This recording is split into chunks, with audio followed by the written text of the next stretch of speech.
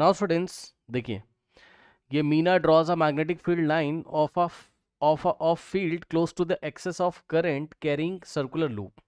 As she moved away from the center the circular loops, she observed that the lines keep on diverging. How will you explain her observation? ठीक है, देखिए जरा ध्यान से, ये आपका सर्कुलर लूप की कुछ बातें समझ लीजिए फटाफट जल्दी से। जैसे एनसीईआरटी में आपका था, यहां पर अगर आप देखोगे, ठीक, ये देखिए, magnetic field due to a circular loop, ठीक है।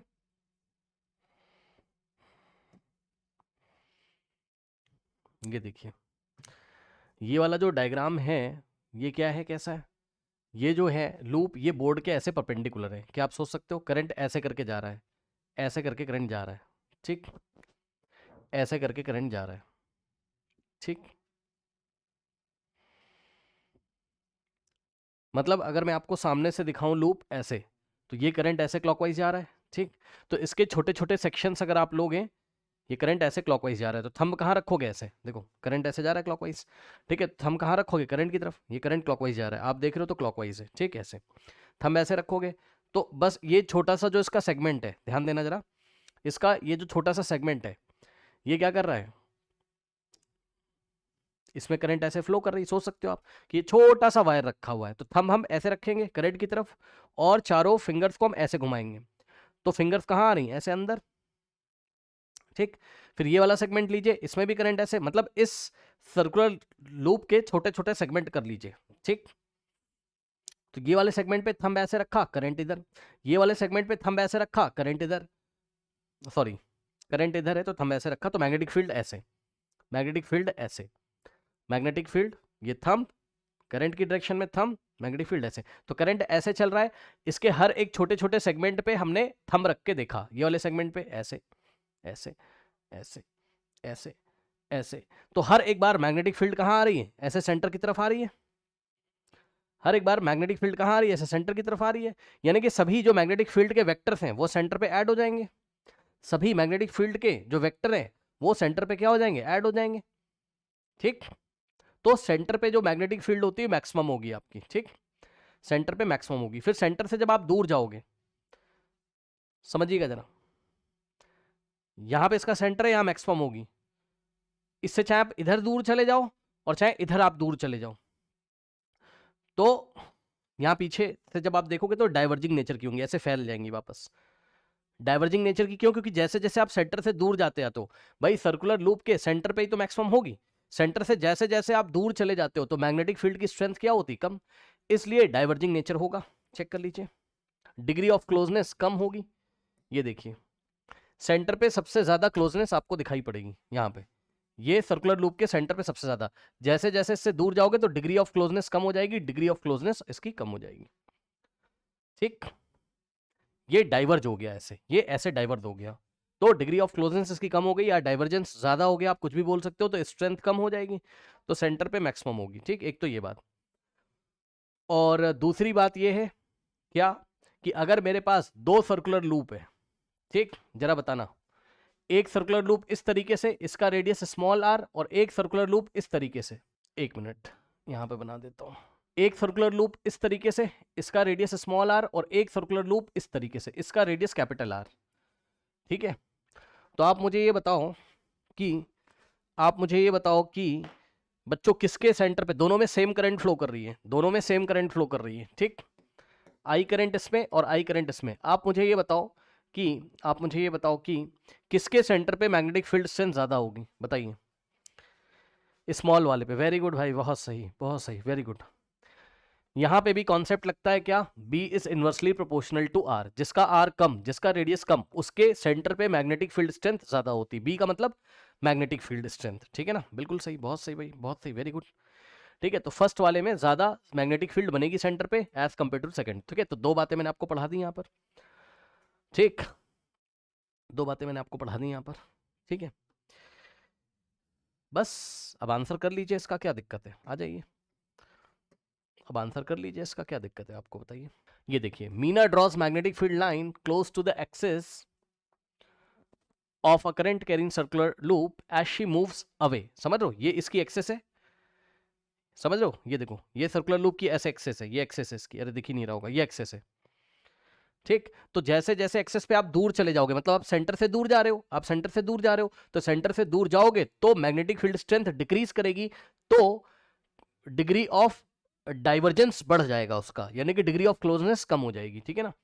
As she moves away from the center of the circular loop, she observed that the lines keeping on diverging, है ना, लाइन डाइवर्ज हो रही है।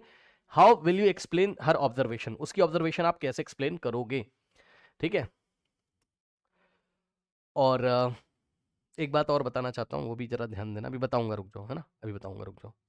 क्वेश्चन नंबर कौन सा था? 19। देखो बच्चों, सबसे पहले आप लोग 19th का आंसर पढ़िए, क्या आप सेटिस्फाइड हो? देख लो, पढ़ो, फिर मैं इसमें एक बात और बताऊंगा। कोई डाउट है बताइए। ठीक है, अब एक बात बताऊं, अगर मीना ने ये प्रैक्टिकल किया होगा तो बताओ ये मीना ने ये प्रैक्टिकल कैसे किया होगा, सोच सकते हो आप?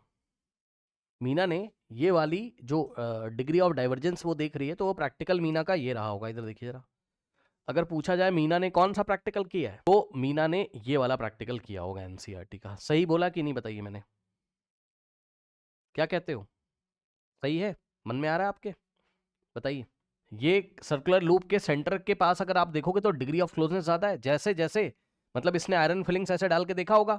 ठीक है, तो जैसे जैसे ये दूर जाती जाएगी, मान लो कार्डबोर्ड और इस तरीके से बढ़ा है आगे, है ना, तो ये डिग्री ऑफ डाइवर्जेंस इसकी बढ़ जाएगी इस तरीके से। बताइए आया कि नहीं आया, ये चीज है।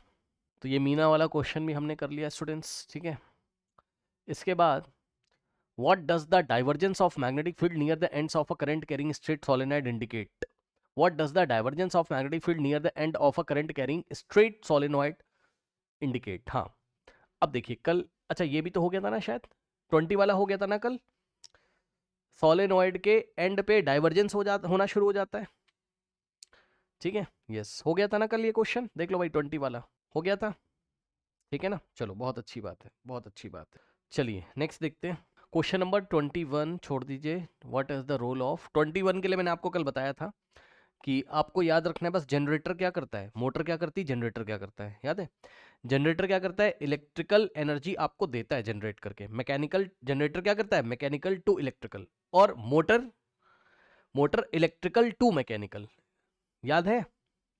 बताओ। ठीक, अच्छा। उसके बाद बच्चों आपका ये वाला करना नहीं है आपको, 22 23 आपको करना है, what is the difference between direct and, है ना, ये मैंने पूरा डिस्कस कर लिया। उसके बाद what is the role of fuse in series with any electrical appliance, why should a fuse with defined rating not be replaced by one with larger rating? हाँ भाई, बड़ी अच्छी बात, वेरी गुड वेरी गुड। अब fuse का आप लोगों को कॉन्सेप्ट पता है? ठीक है, फ्यूज आपने मेरी रिवीजन क्लास में या कहीं ना कहीं पढ़ा होगा, फ्यूज का कॉन्सेप्ट आपको पता है? फ्यूज में क्या होता था बताओ, ये आपका फ्यूज इस तरीके से लगा हुआ है, ठीक, ओके, ये फ्यूज इस तरीके से आपका लगा हुआ है, ठीक। नाउ अब मान लो ये आपका रेफ्रिजरेटर है इस तरीके से, ये आपका रेफ्रिजरेटर है, ठीक। तो मान लो बच्चों आपके रेफ्रिजरेटर को चाहिए 5 एम्पियर, बस कितनी चाहिए, 5 एम्पियर, ठीक, करेक्ट। आपके आपके फ्यूज को, सॉरी, आपके रेफ्रिजरेटर को 5 एम्पियर करंट चाहिए, ठीक।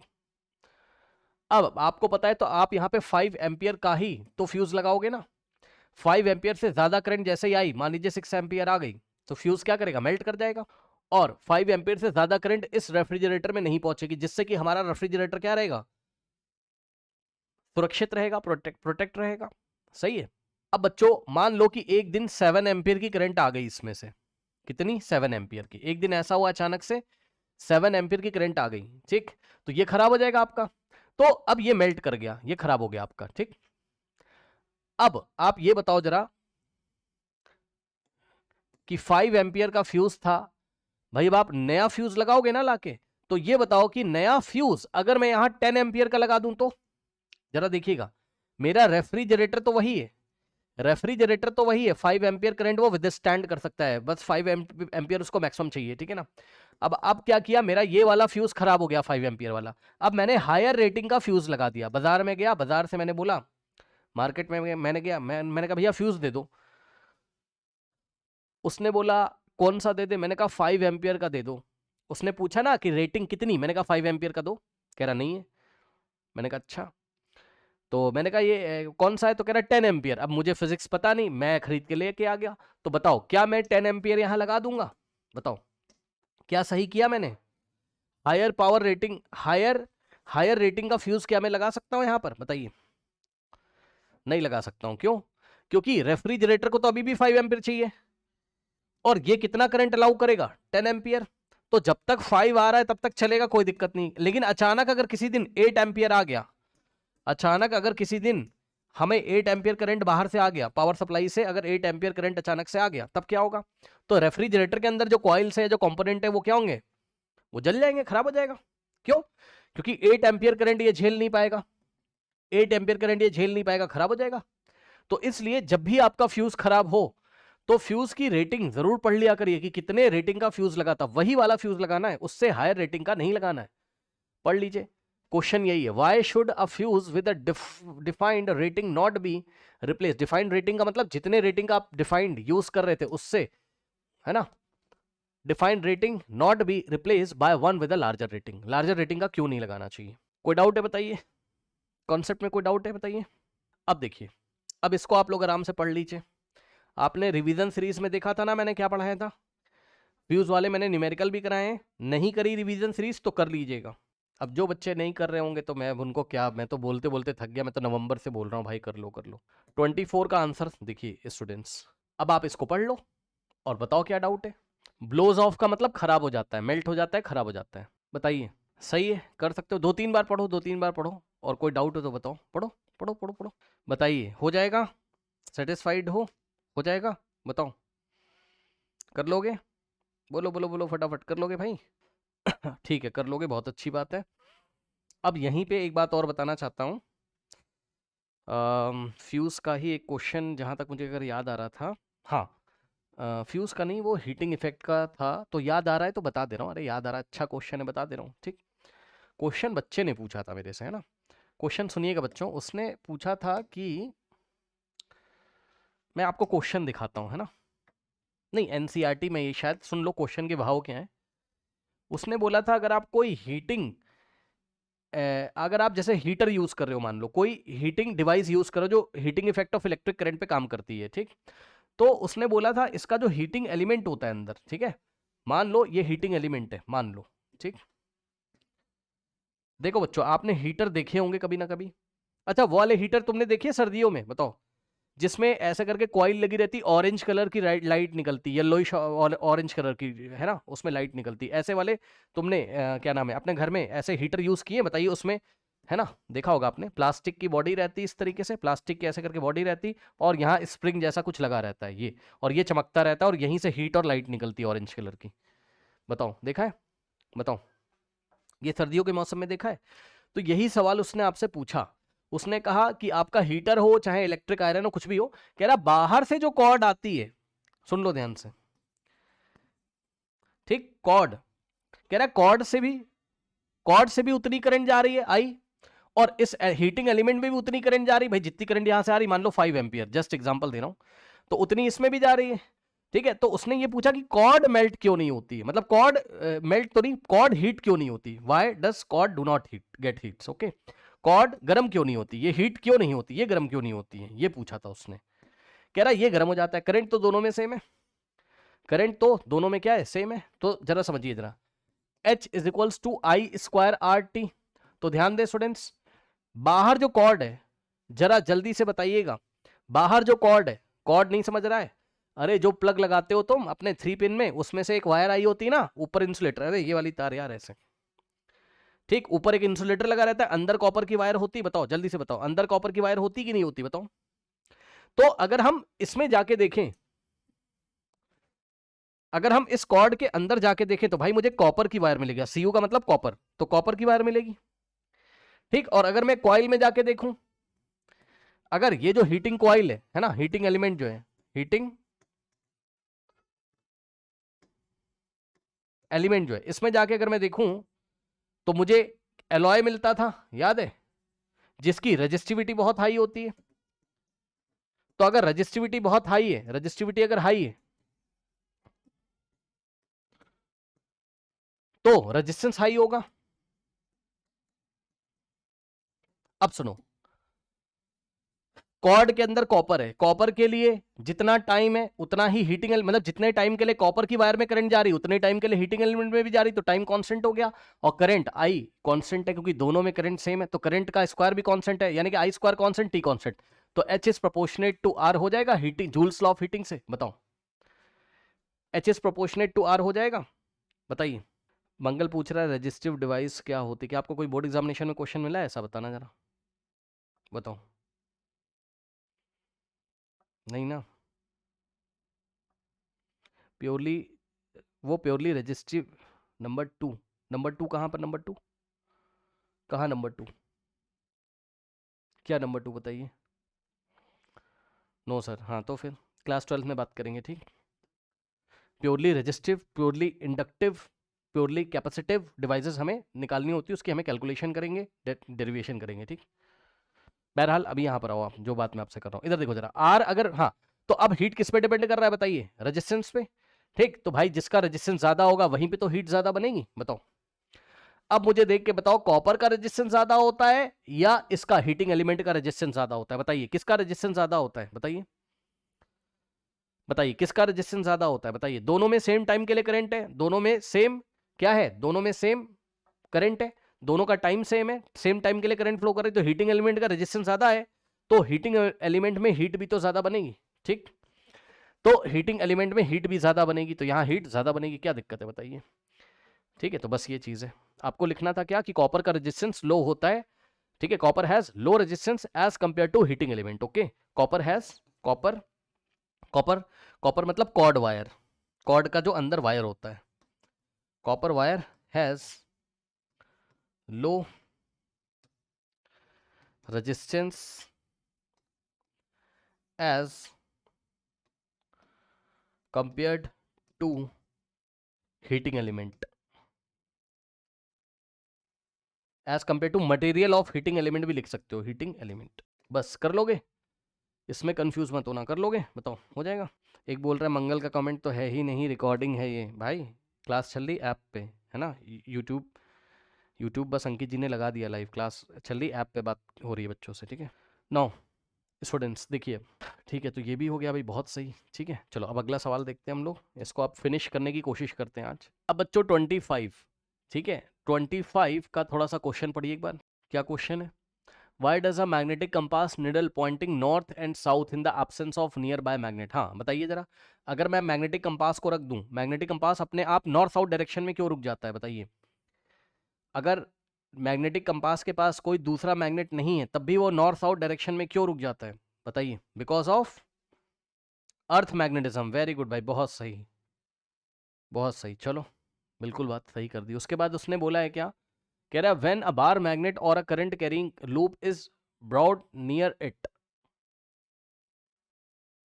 हाँ हाँ एक मिनट, कह रहा है कि गेट डिफ्लेक्टेड, डिफ्लेक्ट वो तब होता है जब उसके पास तुम कोई बार मैग्नेट लाओगे तब वो डिफ्लेक्ट हो जाएगा, करंट कैरिंग लूप लेके आओगे तब वो डिफ्लेक्ट हो जाएगा, क्योंकि आपको पता है बार मैग्नेट जो है, ठीक है, वो अपने चारों तरफ क्या बनाता है, मैग्नेटिक फील्ड, और वो मैग्नेटिक फील्ड इस कंपास पे फोर्स लगाएगी तो ये डिफ्लेक्ट हो जाएगा, और करंट कैरिंग लूप भी इस कंपास के ऊपर फोर्स लगाएगी तो डिफ्लेक्ट हो जाएगा, ठीक। अब उसने बोला describe some salient features of magnetic lines of field concept, ठीक है। तो मैग्नेटिक फील्ड लाइंस के आपको कुछ ना कुछ क्या करने हैं, साइलेंट फीचर्स लिखने हैं, तो ये देखिए जरा, कौन सा नंबर है आपका, 25, ये सब क्लास में पढ़ाया है डिटेल में, बस आप देख लीजिए इस तरीके से, कहाँ गया 25। जरा इस आंसर को पढ़ोगे क्या, और 3-4 बार पढ़ना कम से कम, और मुझे बताइए कोई डाउट है, साइलेंट फीचर्स नहीं पता आपको कि दो दो मैग्नेटिक फील्ड लाइन एक दूसरे को एक पॉइंट पे नहीं कट कर सकती हैं, याद है, इंटरसेक्ट नहीं कर सकती हैं, क्योंकि ऐसा करने से उस पॉइंट पे दो डायरेक्शन होंगी जो कि पॉसिबल नहीं है, ये सारी चीज़ें। उसके बाद ये देखिए, यहाँ से यहाँ पढ़िए, कोई डाउट हो तो बताइएगा, यहाँ से लेके यहाँ तक बहुत अच्छा क्वेश्चन है, 4-5 बार पढ़िएगा। एक बच्चा पूछ रहा है इन विच क्लास,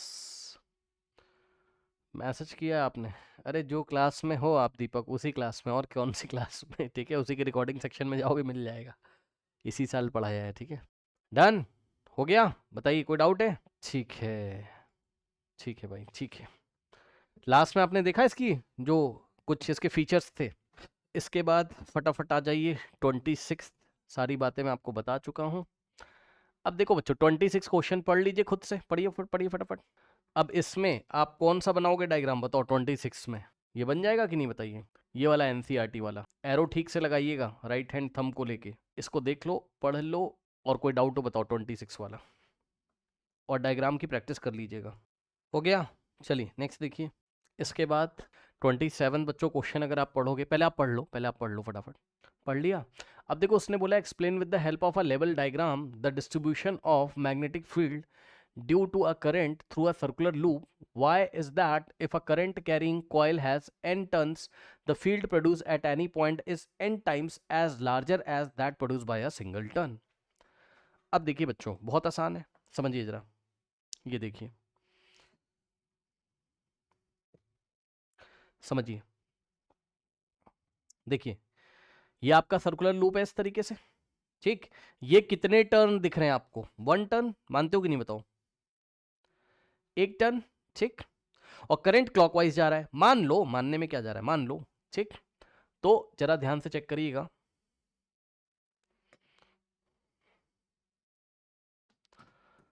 ये देखिए, ये इस तरीके से ये एक टर्न बना रहा है इस तरीके से, सिंगल टर्न, ठीक। अब देखो थंब कहां रखोगे? करंट की तरफ, ये ऐसे क्लॉकवाइज जा रहा है करंट, तो ये चारों फिंगर्स ऐसे अंदर आ रही, मतलब समझो, बस अभी तो सिखाया था, आज की क्लास में तो सिखाया था कि सभी मैग्नेटिक फील्ड, सभी मैग्नेटिक फील्ड जो है, मतलब ये वाले सेगमेंट की वजह से, ये वाले सेगमेंट की वजह से, ये वाले सेगमेंट की वजह से यहां ऐड हो जाएंगी सेंटर पे। तो मान लो कि एक जब मैंने टर्न लगाया इसमें, एक टर्न, सुन लेना ध्यान से, ये एक टर्न जब मैंने लगाया, तो मान लो कि सेंटर पे बन रही कितनी? 1 टेस्ला, मान लो, ठीक। कितनी बन रही है? 1 टेस्ला, ठीक। तो अभी सेंटर पे कितनी बन रही है बताइए? 1 टेस्ला। क्रॉस का मतलब अंदर की तरफ, 1 टेस्ला। अब सुनो ध्यान से बच्चों, एक टर्न में मान लो आई करंट जा रहा है, कितना आई करंट जा रहा है। अब मैं अगर दूसरा टर्न करूं, टर्न कैसे किया जाता है ये देखिए ध्यान से, ठीक है भाई, ये देखिए, ये एक और टर्न बना दिया, क्या आपको दिख रहा है? कितने टर्न्स हो गए? 2 टर्न्स हो गए, उतने ही रेडियस का एक और टर्न बना दिया। नहीं समझा भाई? ये एक लूप इस तरीके से और वायर घुमा के लेके आए, और ये दूसरा लूप हो गया, ये ऐसे, ठीक। तो अब बताओ, दूसरे लूप की वजह से भी तो उतना ही मैग्नेटिक फील्ड सेंटर पे बनेगा और डायरेक्शन अंदर की तरफ, क्योंकि दूसरे लूप में भी करंट क्लॉकवाइज है। बताइए सही है ना? तो दूसरे लूप में भी करंट क्लॉकवाइज है, तो फिर से 1 टेस्ला और बनेगा, तो अंदर की तरफ 1 टेस्ला और बनेगा, 2 टेस्ला हो गया, ठीक। उसके बाद एक और लूप बना दो, तो 3 लूप की वजह से 3 टेस्ला, तो n नंबर ऑफ लूप्स की वजह से कितना बनेगा? n Tesla. अगर हम n नंबर ऑफ लूप्स लगा दें तो कितना बनेगा? n Tesla. तो बस यही है, अगर आपने नंबर ऑफ टर्न्स बढ़ा दिए तो हर एक टर्न की वजह से सेंटर पे मैग्नेटिक फील्ड स्ट्रेंथ क्या होता है? ऐड होता चला जाता है, ऐड होता चला जाता है, बस। अब बताइए कोई समस्या हो तो बताइए, ठीक। देखिए अब इसका आंसर आप पढ़ लीजिए, 26 ये लीजिए, 26 नहीं 27 था ना शायद, यस। तो ये 27 का आंसर लिखा हुआ है, पढ़ लीजिए। The magnetic field at a point is the addition of the field produce by each turn. पढ़िए, कोई डाउट है बताइए? ठीक है, तो ये चीज है, क्या दिक्कत है? कोई डाउट है? नहीं। अब बच्चों ये देखिए जरा, क्या, अब देखो ये 5 नंबर का क्वेश्चन है, बताओ इस पे हमने इतना ज्यादा डिस्कशन किया है क्लास में। अब बताओ इसकी क्लास जिसने नहीं करी है, तो जो बच्चे रिकॉर्डिंग देख रहे होंगे, ठीक है ना, ग्रुप पे आप मैसेज कर दो, तो मैं इसकी क्लास आपको भेज दूंगा। दोनों 2 क्लासेस हुई थी इसकी, याद है? ठीक है। और एक ऋषिका ने भी क्वेश्चन पूछा था, बहुत अच्छा, इसकी 2-3 क्लासेस हुई हैं इसकी, अब ये मत भूल जाना, ठीक। इसमें बहुत सारे इस पे क्वेश्चन कराए हुए हैं, और आएगा जरूर, बता रहा हूँ, कभी कभी 5 नंबर में आता है सीधे, ठीक है। वेरी इंपॉर्टेंट एक्टिविटी है, ठीक। तो आपका 28 का क्वेश्चन पढ़ लो आप फटाफट। 28 का क्वेश्चन ये था, क्या? पढ़ो पढ़ो पढ़ो, 28 पढ़ो। पढ़ लिया? फ्लेमिंग लेफ्ट हैंड रूल को, फ्लेमिंग लेफ्ट हैंड रूल की हेल्प से हम डायरेक्शन कैसे निकालते हैं? फोर्स की, किसकी फोर्स की? Force on current carrying conductor, है ना, ठीक है। तो ये चीज़ है, इसके लिए हमें एक एक्टिविटी करके दिखाना था, तो ये लीजिए, आप ये वाली एक्टिविटी कर दीजिएगा। इसमें आपको क्या करना है? इसमें आपको बस डायग्राम की प्रैक्टिस करनी है, बाकी सब वैसे ही रहेगा जैसे मैंने क्लास में आपका पढ़ाया हुआ है। ये रॉड आपकी याद है ना, ऐसे करके होता था ये नॉर्थ से साउथ, और रॉड आपकी लेफ्ट साइड मूव करती थी जहां से आप देख रहे हो। पूरा आपको याद होगा, मैंने पूरा डिटेल में पढ़ाया है, ठीक है ना, 2-3 क्लासेस करी हैं इसकी। तो ये चीज़ है। अगला सवाल 29 और 30, 31 ये सब है नहीं। देखो 29 बच्चों आपके सिलेबस में है नहीं, इलेक्ट्रिक मोटर। फिर कह रहा है फिनोमेना ऑफ इलेक्ट्रोमैग्नेटिक इंडक्शन है नहीं, ठीक है, एसी जनरेटर है नहीं, अप्रोप्रिएट सिस्टमेटिक डायग्राम। अब ये यार बहुत इंपॉर्टेंट है, सुनो। किसने किसने मेरी ये वाली क्लास करी है बताइए, जो मैंने एनसीईआरटी की क्लास कराई है आपको, किसने मेरी डोमेस्टिक सर्किट वाली क्लास करी? सुनो, एक बच्चे ने इसमें बोला था डोमेस्टिक सर्किट में हम लिख के आ जाएं पैरेलल कनेक्शन। अरे भाई पैरेलल तो होता ही है, वो अलग बात है। क्वेश्चन ध्यान से पढ़ो, draw the appropriate systematic diagram showing common domestic circuit and discuss the importance of fuse. ठीक, तो इसकी पूरी क्लास आपको रिवीजन सीरीज में मिली होगी। बताओ मिली थी कि नहीं मिली थी, बताओ। ठीक है, हाँ मिली होगी। जो नहीं करेगा तो मजे करो, मैं क्या करूं भाई, मजे करो। ये सब पढ़ना था। और ये देखिए, इसमें मैंने बार बार बोला है, फिर से बोल रहा हूं भाई, ये वाला डायग्राम को अच्छी तरीके से प्रैक्टिस कर लीजिएगा, क्लास में मैंने समझाया हुआ है। ठीक, जिन्होंने रिवीजन सीरीज करी है वहां मैंने समझाया हुआ है सारी चीज़ें, फ्यूज़ के सवाल कराए हैं, ठीक है, शॉर्ट सर्किट क्या होता है, ओवरलोडिंग क्या होती है, ये सारी चीज़ें। बात समझ रहे हो? तो ये चीज़ें। अब ये हुआ भाई फिनिश। इसके बाद राजन ने क्वेश्चन पूछा था, ठीक है, राजन ने एक क्वेश्चन पूछा था, उसको डिस्कस कर लेते हैं। आपने देखा होगा इस टॉपिक में मैंने बहुत माइन्यूट छोटी छोटी चीज़ें बताई हैं। जो लोग नहीं ध्यान देंगे तो भाई मज़े करना तुम, वो 5 नंबर में आएगा। एक राजन ने सवाल पूछा था, उसको डिस्कस कर लेते हैं, है ना। अच्छा ठीक है, हाँ ये वाला, अच्छा ये उसका आर्यन का भी एक डाउट था, ठीक है ना। इसको मैं डिस्कस करूँगा नेक्स्ट क्लास में, डिस्कस करूँगा, ठीक है, नेक्स्ट क्लास में इसमें डिस्कस करूँगा इसको। नेक्स्ट क्लास क्या, ये डाउट है मेरे पास, इसको मैं डिस्कस करूँगा, परेशान ना हो, ठीक है। ये सारी चीज़ें हो गई, ठीक। अब मैं आपको 2-3 चीज़ें दिखा दूँ इसी क्लास में, फिर मुझे बाद में परेशान मत करना, मतलब ये डाउट मत लेके आइएगा मेरे सामने फिर बाद में, है ना। कर ही लेते हैं ना, क्या जा रहा है। देखो मैं आपको कुछ चीज़ें, अब जब एग्जाम्पलर चल ही रहा है तो मैं आपको कुछ चीज़ें दिखा दूँ क्या। देखो मैं आपको कुछ चीज़ें दिखा देता हूँ, आपको अच्छा लगेगा। फिर ये क्वेश्चन शायद मैं दोबारा डिस्कस, आज अब आपको अच्छा लगेगा, ये देखो बहुत अच्छा लगेगा आपको, अच्छा फील करोगे। ये देखो, ये देखो बच्चों, एमसीक्यू में जैसे वो रिफाइनिंग, कॉपर की रिफाइनिंग वाला डायग्राम प्रिंट करके देता था 4, याद है? अरे एग्जाम्पलर नहीं पढ़े हो क्या कॉपर में, कॉपर वाली रिफाइनिंग में? वैसे ही उसने ये डायग्राम प्रिंट करके दे दिया। सवाल पढ़िए, ऑप्शन बताइए, देखते क्या आता है आपके मन में। सब कुछ पढ़ लिया ना, बताओ कौन सा ऑप्शन सही है। सी ऑप्शन, बहुत सही भाई, वेरी गुड, बहुत सही, पहचान तो गए यार। क्या मैं कुछ एक्सप्लेन करूं, बताओ। सेटिस्फाइड हो? पहले वाले में क्या समस्या है, पहले वाले में क्या समस्या है? ये लूप बोर्ड के परपेंडिकुलर रखा हुआ है, ठीक, और करंट ऐसे करके जा रहा है, तो इधर देखोगे तो करंट ऐसे करके जा रहा है, ठीक। तो ऐसे, ये तो सही है, साउथ से नॉर्थ, ये देखो, देखो ये लूप ऐसे रखा है ना, और प्लस वाला टर्मिनल ऐसा है, तो यहां से करंट जा रही, मतलब इधर से देखूंगा तो यहां से करंट जा रही, तो मुझे कैसी दिखाई पड़ रही, एंटी क्लॉकवाइज। तो एंटी क्लॉकवाइज तो इधर नॉर्थ बनेगा, सही है, तो इधर नॉर्थ बनेगा, उधर साउथ, ये सही। लेकिन ये देखो मैग्नेटिक फील्ड लाइन की डायरेक्शन गलत है, ये सब लाइंस आपकी एरो इधर होना चाहिए था ऐसे, वो उधर हो गया, गलत हो गया, ठीक। ऑप्शन बी में इन्होंने यहाँ पे नहीं दिखाया, जो एंड पे, यहाँ पर एंड कह रहा हूँ, यहाँ टॉप पे जो सर्कुलर ऐसा डायग्राम बना रहता है, ठीक।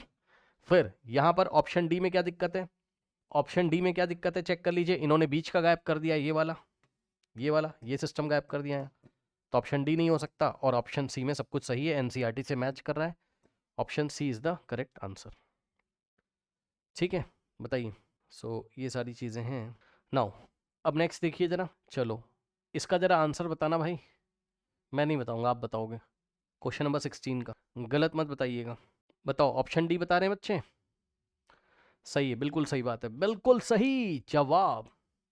बताइए, कोई डाउट है तुम लोग को जो क्लासरूम में, अभी बताइए, लगा लिया। अब जिनको समस्या थी उनके लिए बस, जिधर अल्फा जा रहा है, अल्फा क्या होता है आपका, हीलियम पॉजिटिव, जिधर अल्फा जाता है उधर ही करंट होता है, तो इधर ही करंट है, करंट नीचे इस तरीके से, नीचे का मतलब इसी प्लेन में नीचे, मैग्नेटिक फील्ड ऐसी है, तो एफ बी आई, बी इधर करंट नीचे, चेक कर लो, बी इधर, बी का मतलब मैग्नेटिक फील्ड इधर और करंट नीचे, तो थंब कहाँ आ रहा है, बाहर, थंब कहाँ आ रहा है, बाहर, यानी कि फोर्स कहाँ लगेगा, बाहर। क्या दिक्कत है बताओ। और जब बाहर लगेगा तो ये ऐसे घूम जाएगा, क्या याद है, सर्कुलर लूप में ऐसे घूमने लगेगा, सर्कुलर पाथ में। ओके, कोई डाउट है बताइए, कर लोगे? तो बहरहाल हमें इसका पाथ नहीं बताना था, हमें बस बताना था कि आउट ऑफ द पेज है कि या इनटू द पेज है। करेक्ट, तो वो मैंने आपको बता दिया। Correct, okay. जो बच्चे क्लासरूम में आपको कोई डाउट हो जल्दी से पूछ लो भाई, कोई वैसे होना नहीं चाहिए आपको डाउट, आपको तो सब कुछ पता है, बना भी लिया होगा। इसके कल सवाल तो किए थे इतने सारे, है ना? जब आ ही गया है तो हाँ, ये सवाल बताओ यार, मैग्नेटिक इफेक्ट का, मैग्नेटिक फील्ड का ये वाला सवाल देखते कौन बताएगा, इसमें देखते कौन बताएगा। पढ़िए बी पार्ट।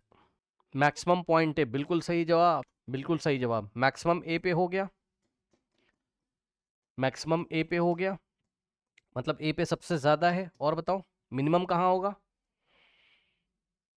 मिनिमम कहाँ होगा? बी पे, बहुत सही, बहुत सही। बी पे मिनिमम हो गया और सी पे आपका क्या हो गया?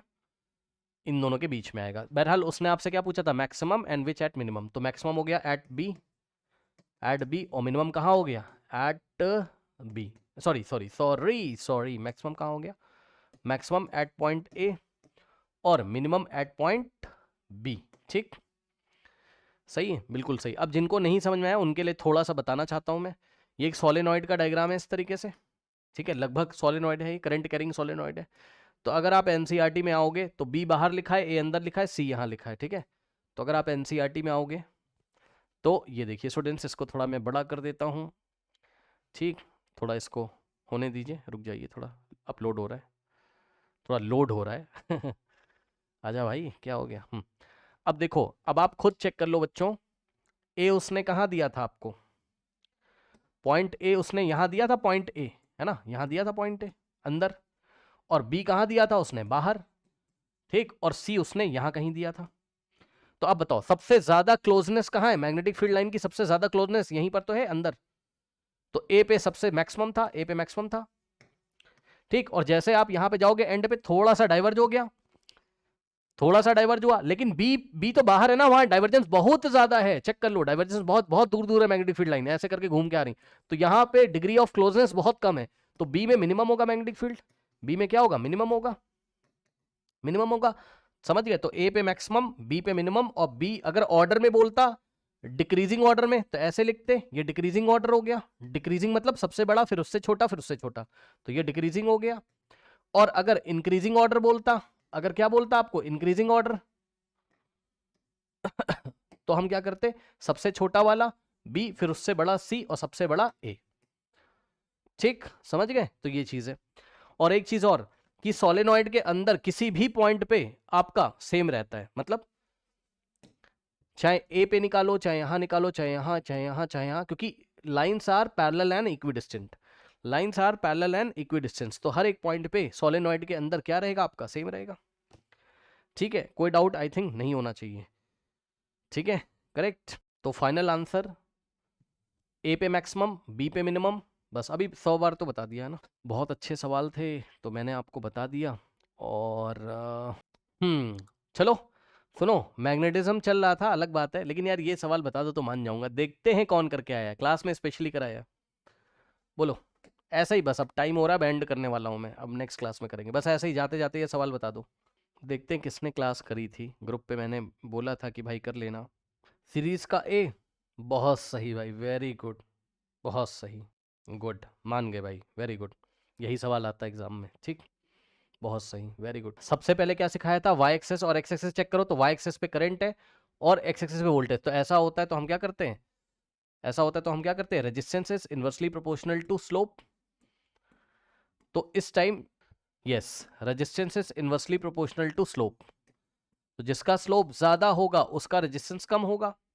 तो स्लोप किसका ज्यादा है? बी का स्लोप ज्यादा है, स्लोप का मतलब एंगल, यहां से यहां तक का एंगल बी का ज्यादा है, तो जिसका स्लोप ज्यादा उसका रेजिस्टेंस कम, यानी कि resistance of B is less than resistance of A, क्योंकि ए का स्लोप क्या है? कम है, तो रेजिस्टेंस ज्यादा है। और रेजिस्टेंस कहां ज्यादा होता है? सीरीज में, यानी कि ए हो गया सीरीज में, जिसका रेजिस्टेंस ज्यादा वही तो सीरीज में होता है, क्लास में पढ़ाया है। और ये पैरेलल खत्म यार, जिसका रेजिस्टेंस कम वो पैरेलल, क्योंकि पैरेलल में इक्विवेलेंट रेजिस्टेंस डिक्रीज हो जाता है और सीरीज में इंक्रीज हो जाता है। बहुत सही। और यही क्वेश्चन अगर ऐसे आ जाता मान लो एग्जाम में, या चेंज करके मान लो ऐसे आ गया कि करंट आपको कहां दे दिया? एक्स एक्सेस पे, वोल्टेज वाई एक्सेस पे, और आपको इसी तरीके से बना के दे दिया ए बी, ठीक।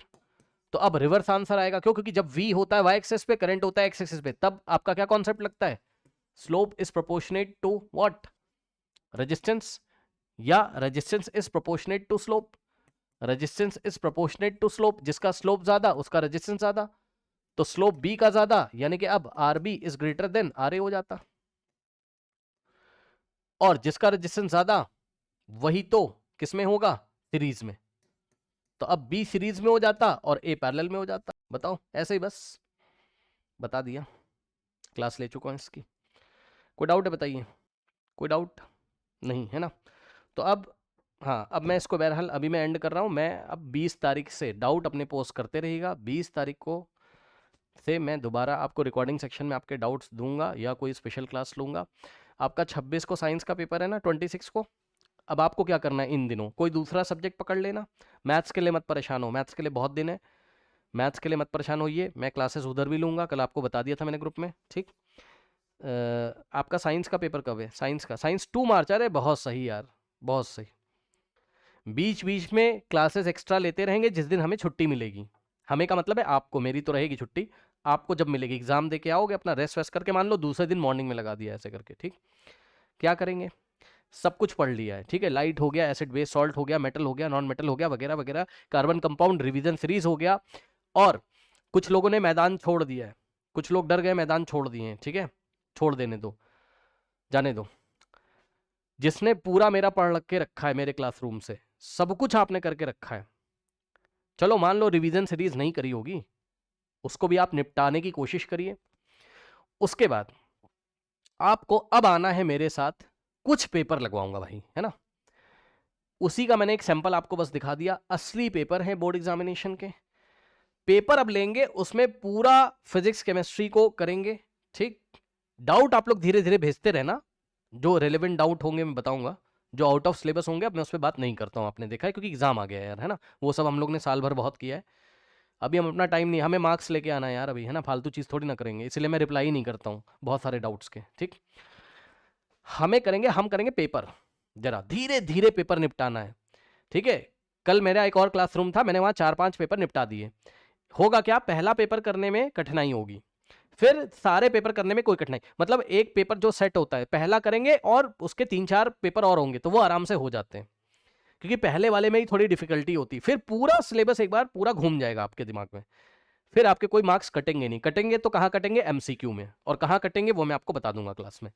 तो उसको थोड़ा सुधार सकते हो तो सुधार लो, बाकी आपका बेस्ट रहेगा बायोलॉजी अपना देख लेना, ठीक है। अगर आपने मेरा फिजिक्स केमिस्ट्री पूरा किया है तो आपके मार्क्स नहीं कट सकते हैं एग्जाम में, ठीक, ये पक्का है, अगर आपने इतना ही कर लिया जितना मैंने आपको बताया था, ठीक। तो अब हम भाई आएंगे पेपर के साथ, ठीक है, 21 तारीख से, ठीक है, 21 से। तब तक आपको क्या क्या करना है बताओ, समझ गए होगे आपको क्या क्या करना है। हिंदी का पेपर देके आओगे तो 21 से आ सकता हूं मैं, अगर आप लोग थके नहीं रहोगे तो शायद मैं शाम को क्लास लूं, थके रहोगे तो मैं 22 को लूंगा। आपको तब तक सब उड़ा दो भाई, अब सब उड़ा दो, जितना ओसवाल रखे हुए हो। और उड़ाना कैसे, बस देखते जाओ, देखते, सब कुछ पढ़ा दिया, देखते जाओ एक तरफ से, ठीक है, देखते जाओ, बस ऐसे खोला ओसवाल एडू कार्ड जो तुमने लिया हुआ है, जिसके बोर्ड एग्जामिनेशन में क्वेश्चन आ चुके लास्ट 10 ईयर, बस ऐसे पढ़ते जाओ, हो जाएगा हो जाएगा हो जाएगा हो जाएगा हो जाएगा। ये नहीं होगा, जो नहीं होगा तुरंत करो, ठीक है।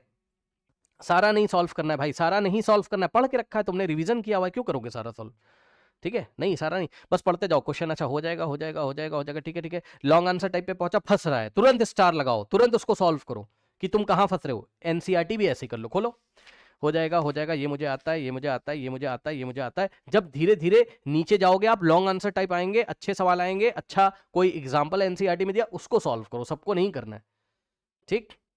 बाकी तो सब तुम्हें आता है यार, कॉन्सेप्ट तुम्हें पता है। एग्जाम्पलर खोल लो, और एग्जाम्पलर खोलने का सही तरीका बताया तुम्हें, एग्जाम्पलर का पीडीएफ खोल लेना, यही गवर्नमेंट की वेबसाइट पे आता है ना, आप लोग को लिंक में शेयर कर दूंगा आपको, अभी कर देता हूँ, रुक जाओ। उसी का यार पीडीएफ देखो बस, ठीक है। हो सके तो अपने पापा मम्मी का मोबाइल एक तरफ ले लो, उस पे क्वेश्चन खोल लो, या आपके पास कोई हार्ड कॉपी, और पीडीएफ गवर्नमेंट की वेबसाइट वाला पीडीएफ खोलिएगा, है ना। उसके बस यार आंसर देखते जाओ एक बार, देख सब आता है यार तुम्हें, सब कराया, आंसर देखते जाओ। जब तुम लॉन्ग आंसर टाइप पे पहुंचोगे, है ना, जब लास्ट में आंसर्स आते हैं ना, आपने देखे बड़े बड़े वाले, जैसे मेटल नॉन मेटल तो मैंने नहीं कराया ना अभी एग्जाम्पलर, बट आपने कर लिया होगा आई थिंक, इतना तो पढ़ाया यार उसका मैंने, लास्ट 10 ईयर कराया, ठीक।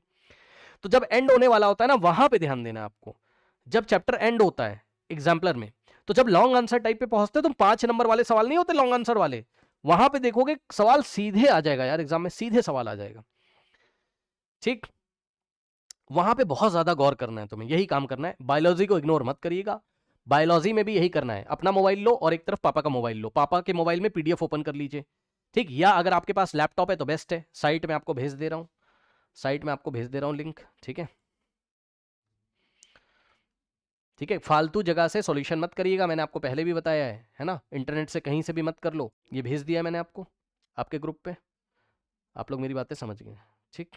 एक बच्चा कमेंट कर रहा है मैग्नेटिक में मज़ा नहीं आया। मैग्नेटिक में मज़ा लेने के लिए किसी क्लास रूम में आना चाहिए, मतलब आप किसी टीचर को ज्वाइन करोगे तब मज़ा आएगा। मैग्नेटिक बहुत डिफिकल्ट है, कार्बन कंपाउंड भी वैसे, कार्बन कंपाउंड शायद अभी आप समझ नहीं पाए हो, उसको पढ़ना पड़ता है ठीक से कम 2 महीने का टाइम देके, ऐसे थोड़ी ना होगा, ठीक है। अब सुनिए, हाँ प्राइवेट पब्लिकेशन की मत करिएगा, इसी एग्जाम्पलर की पीडीएफ भाई देखते चले जाना एक तरफ से, बस आराम से बैठो, आराम से डाइजेस्ट करो, पीडीएफ खोलो, देखो, इतना देखो कि पूछो मत, सीधे सवाल आएगा यार एग्जाम में, सीधे सवाल आएगा, ठीक।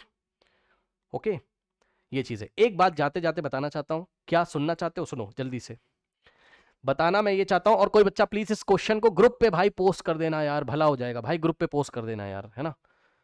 मतलब बस उन लोग को बता देना, बेचारे नहीं रह जाएंगे जो लोग नहीं आए हैं। भाई 10 बार रिपीट किया उसने, 10 बार, कितनी बार, 10 बार। वो बेचारा चिल्ला चिल्ला के बोल रहा है कि हम तो यही पूछेंगे, तुम क्यों नहीं पढ़ के आए हो। इधर सुनो, मैं सब बताऊंगा, जो जो आपने अभी तक नहीं किया, मैं अभी ये नहीं कराया मैंने क्लास में। देखो बहुत छोटा सा क्वेश्चन है, ध्यान से सुन लो बस, बहुत छोटा सा क्वेश्चन है। अच्छा यहाँ नहीं है पर मैं लिख देता हूँ, आप कॉपी में लिखने के लिए तैयार हो, कॉपी में लिखने के लिए तैयार हो, जल्दी से सुनो बच्चों।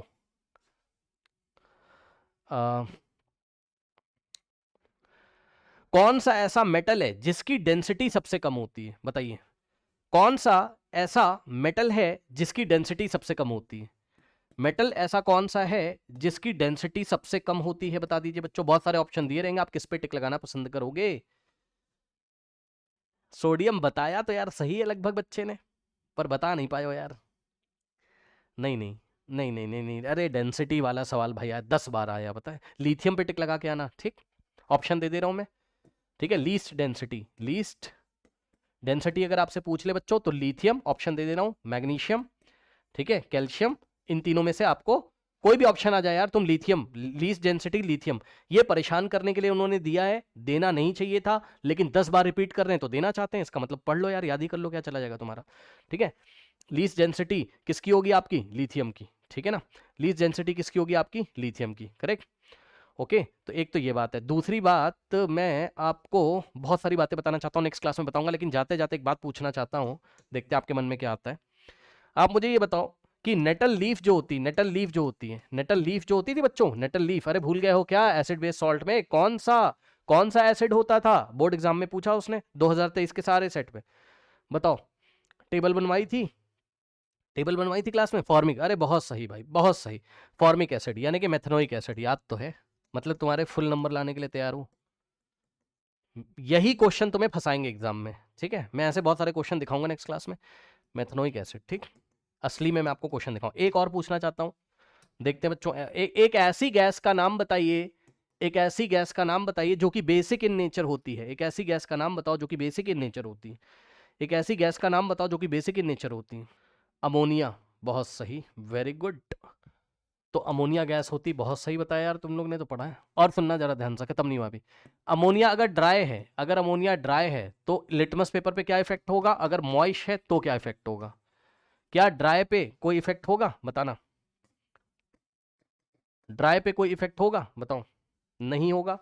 मॉइस्ट पे क्या होगा, मॉइस्ट पे क्योंकि बेसिक इन नेचर हो जाएगा, जब मॉइस्ट होगा तो रिएक्शन कौन सी कराओगे, अमोनिया को पानी के साथ कराओगे, तो क्या हो जाएगा आपका, अमोनियम हाइड्रोक्साइड यहाँ पे बन जाता है, पढ़ाया था क्लास में। वीक बेस होता है ammonium hydroxide, NH4OH, weak base आपका होता है। और वीक बेस अगर बेस है तो acid turns blue to red, तो बेस रेड टू ब्लू, तो रेड को किसमें कर देगा, ये ब्लू में, ठीक। तो जब मॉइस्ट होगा तभी इफेक्ट दिखाएगा, ड्राई पे कोई इफेक्ट नहीं दिखाएगा, क्योंकि मॉइस्ट वाले में ये वाली रिएक्शन हो जाएगी और बेस आपका बनके तैयार हो जाएगा अमोनियम हाइड्रोक्साइड। इतनी बातें मुझे इंपॉर्टेंट लगी तो फिर से मैंने आपके लिए एक बार एक बात करी। चलिए अब हम नेक्स्ट क्लास में बात करेंगे, जाइए।